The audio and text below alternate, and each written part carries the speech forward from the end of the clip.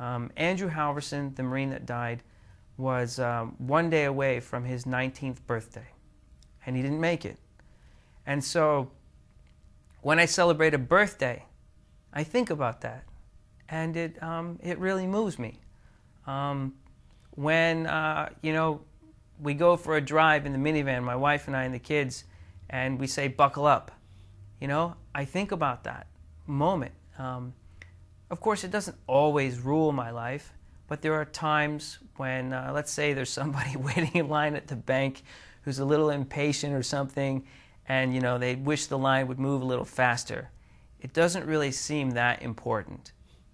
This really impacted me, and I think it's my baseline for gratitude. 1, I'm alive.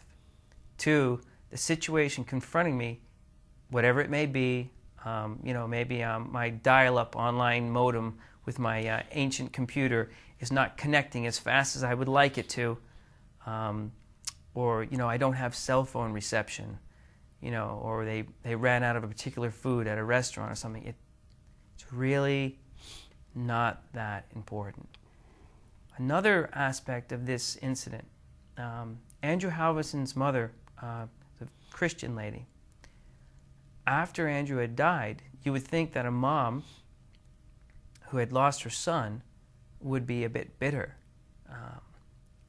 In her mourning, she continuously reached out to our platoon, sending us care packages, calling us up, asking if we were okay.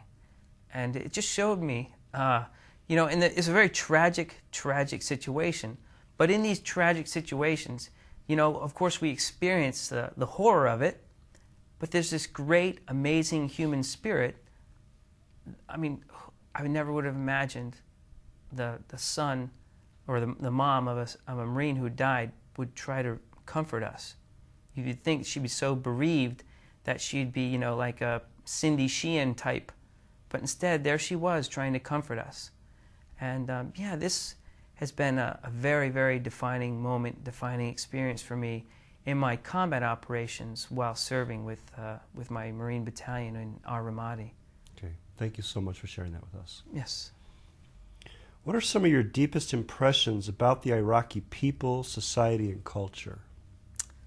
Well, it changed on the first deployment in OIF-1.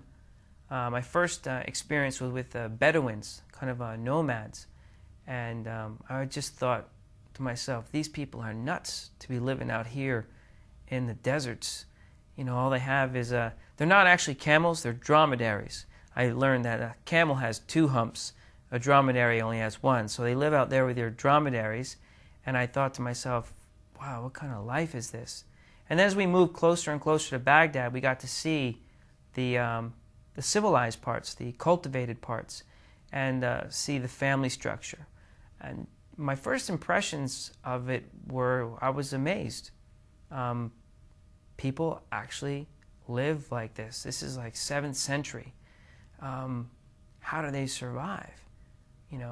It's like an ancient farming town that these people have been farming for years after years.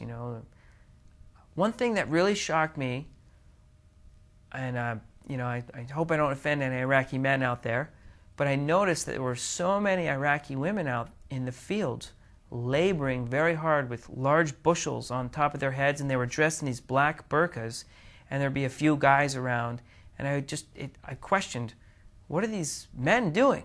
Why are these women working so hard in the fields? And then as we moved towards Baghdad, it became a much more modern culture, and I was kind of shocked, to see pictures of Arnold Schwarzenegger and Jean Van Damme all over the place, and ice cream stores, and in America you never think about an ice cream parlor in Baghdad, but they exist. There's even pizzerias there. They know American culture, and there's kind of an intermingling there. The second time I went, it was very different. We were told as we left the base to keep our weapons pointed upright and wave. to the people as we were moved to our locations. Well, we did that. I waved to a man, and he looked at me and drew his thumb across his neck. And I thought, whoa, this is a little different. There's something definitely wrong here. The first deployment in Operation Iraqi Freedom 1, we were cheered on the streets of Baghdad. People were yelling, Bush is good, America is #1, Saddam is a donkey. By the way, mister, do you have any chocolate? This very positive response. I felt kind of like we were the American troops liberating the Dutch, from World War II. It was this amazing, thousands of people would come out in the streets and welcome us. They were so hospitable. I remember being at an intersection. It was god-awful hot. We didn't really have any cold water, and this Iraqi family came out, and they had baked French fries and eggs and had cool pitchers of water, and they gave it to us.